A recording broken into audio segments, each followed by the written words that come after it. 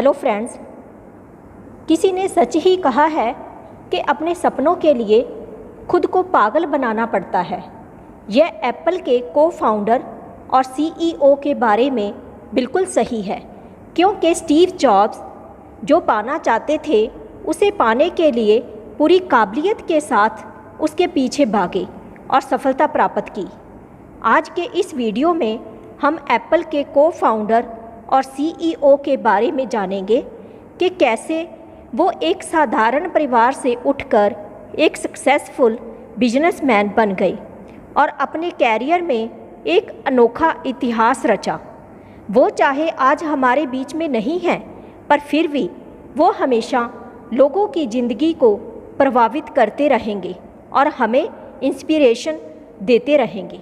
Steve jobs engineering दिमाग के साथ साथ क्रिएटिव होने की वजह से वो एक महान इनोवेटर बने।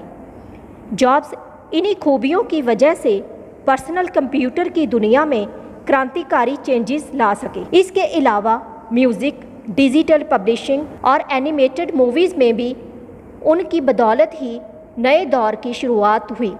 स्टीव जॉब्स की बायोग्राफी वॉल्टर आइजैक्सन के द्वारा लिखी गई।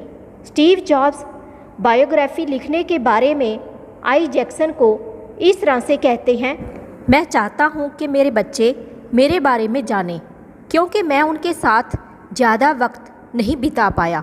मैं चाहता हूं कि जो कुछ भी मैंने किया वे उसके बारे में जानें। एक वजह और भी है, जब मैं नहीं रहूँगा तो लोग मेरे बारे में लिखना चाहेंगे। हालांकि वे मेरे बारे में कुछ नहीं जानते, तो जो कुछ भी लिखा जाएगा सब गलत होगा।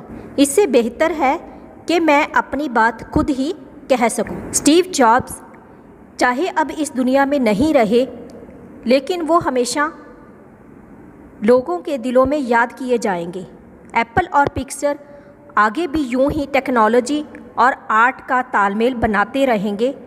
जॉब्स की बायोग्राफी से हम जो कुछ सीख सके हैं वो ये कि हमेशा चलते रहो, सुधार करते रहो और तुम्हारी ये कोशिशें खुद ब खुद तुम्हें कामयाब बनाएंगी। स्टीव जॉब्स जब तक जिए केवल काम ही करते रहे। अपनी मृत्यु से 6 सप्ताह पूर्व तक वे एप्पल के लिए समर्पित रहे। स्टीव जॉब्स के द्वारा बनाए गए आईफोन और आईपैड सीरीज़ के स्मार्टफोन्स और मैक ऑपरेटिंग सिस्टम ने टेक्नोलॉजी में क्रांति ला दी। सभ्य को टेक्नोलॉजी में सिंप्लिसिटी और ईज़ ऑफ यूज़ जैसे सिद्धांतों के प्रति समर्पित करते हुए उन्होंने कंप्यूटर और मोबाइल जैसे कॉम्प्लेक्स टेक्नोलॉजी को आम लोगों की पहुंच में लाकर खड़ा कर दिया। लेकिन स्टीव जॉब्स की अपनी ज़िंदगी कभी आसान नहीं रही। उनका प्रारंभिक जीवन काफ़ी भ्रम और उथल पुथल से भरा हुआ था तथा उस मुकाम पे जिस रूप में उन्हें हम जानते हैं, उन्हें वहां पहुंचने में काफ़ी कठिन रास्तों और समस्याओं का सामना करना पड़ा। स्टीव जॉब्स को पांडल और कालरा जॉब्स ने उनकी मां से गोद लिया था। स्टीव ने जब अपनी हाई स्कूल की एजुकेशन पूरी की तब उन्हें ओरेगॉन के रीड कॉलेज में एडमिशन दिलवाई गई, जो बहुत ही कॉस्टली था, जिसकी फ़ीस भरना उसके माता पिता के लिए आसान नहीं था। कॉलेज में एडमिशन के कुछ समय बाद ही उनको एहसास हुआ कि उनका फ्यूचर यहाँ नहीं बनेगा और इसमें पढ़कर वह अपने पेरेंट्स की सारी जमा पूंजी बर्बाद कर रहे हैं। इसके बाद उन्होंने कुछ अपनी पसंदीदा क्लास ली, जैसे कि कैलीग्राफी, और बाकी क्लासेस में जाना बंद कर दिया।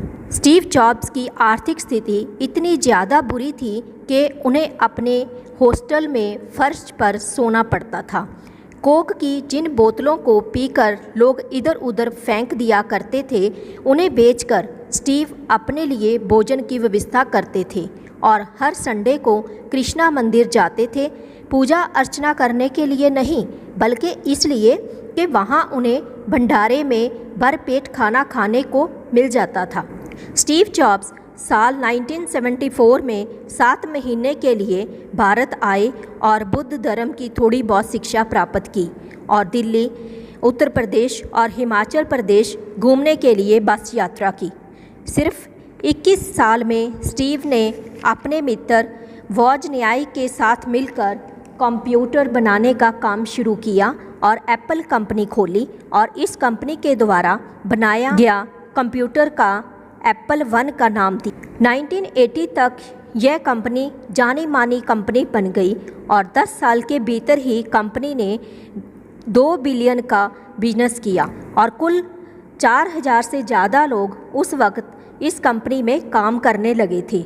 जॉब्स के पास करीब $7 बिलियन की संपत्ति थी और वह अमेरिका के 43rd सबसे धनी व्यक्ति थे। 1985 में एक बार जॉब्स ने एप्पल कंपनी से रिज़ाइन दे दिया और उसी समय दौरान उन्होंने नेक्स्ट की स्थापना की। 1997 में उन्होंने फिर एप्पल कंपनी को ज्वाइन कर लिया और वहाँ के CEO वो बना दिए गए। इसके बाद कंपनी ने iMac, iPod, iPad, iPhone product बनाकर सफलता प्राप्त की।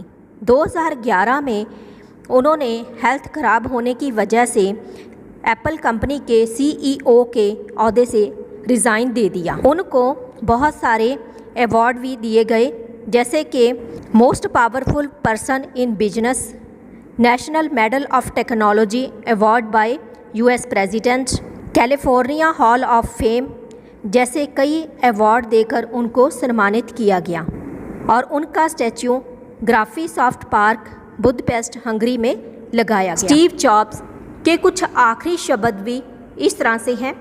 मैं आज इस बिजनेस वर्ल्ड में कामयाबी के शिखर पर हूँ, वहीं लोगों की नज़र में मेरा जीवन सक्सेस का दूसरा नाम है और अगर मैं अपने जीवन के बारे में बात करूँ तो मेरी समझ में सिर्फ यही आया है कि पैसा जीवन का केवल एक हिस्सा है।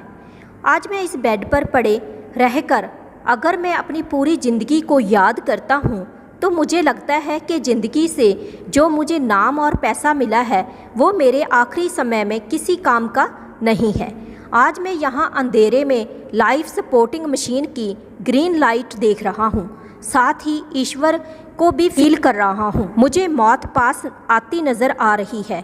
मैं कहना चाहता हूँ कि जब आप अपने आखिरी समय के लिए पर्याप्त पैसा इकट्ठा कर लेते हो तो आपको रिश्तों, अपनी कला और अपने बचपन के सपनों पर ध्यान देना चाहिए।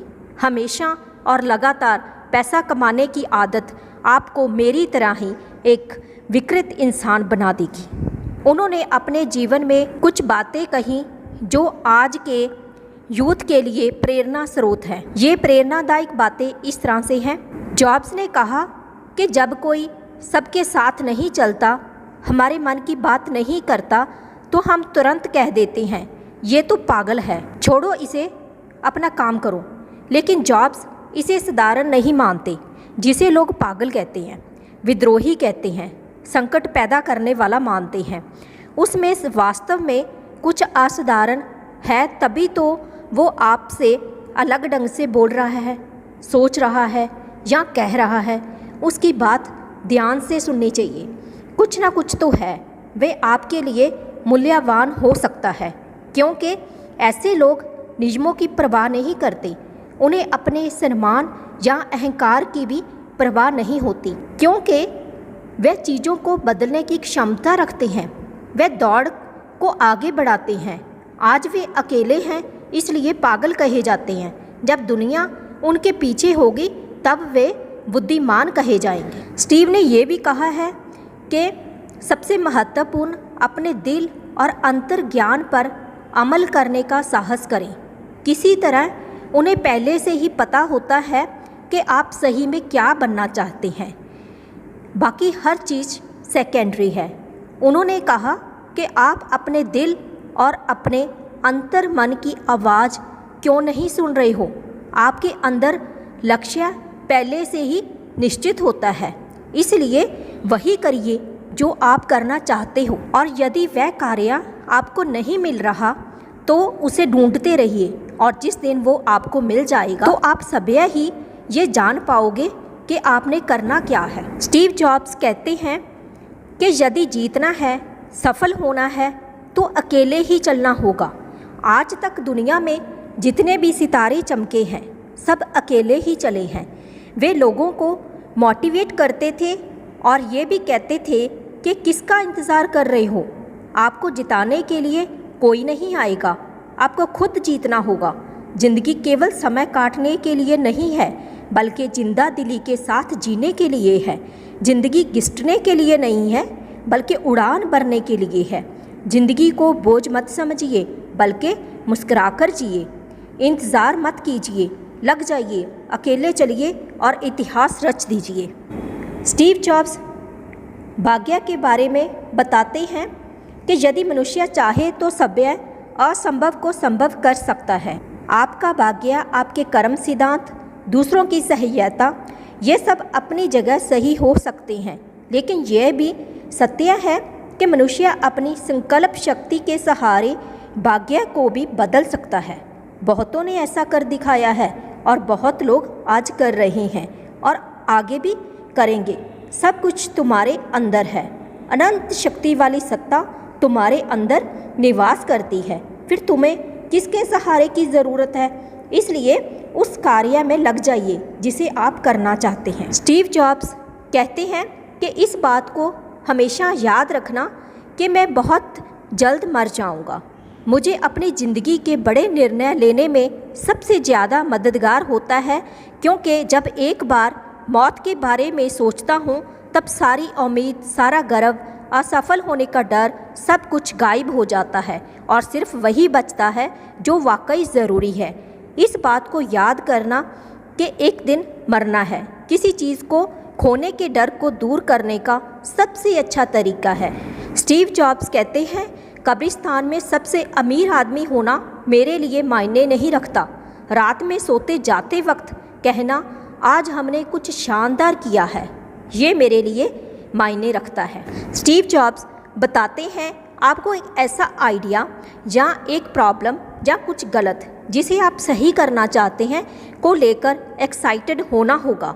अगर आप शुरुआत से ही इसे लेकर जुनूनी नहीं हैं, एक्साइटेड नहीं हैं, तो आप कभी भी उस पर टिके नहीं रह पाएंगे। स्टीव जॉब्स की बाकी कोट्स आप इस वीडियो की डिस्क्रिप्शन में देख सकते हो।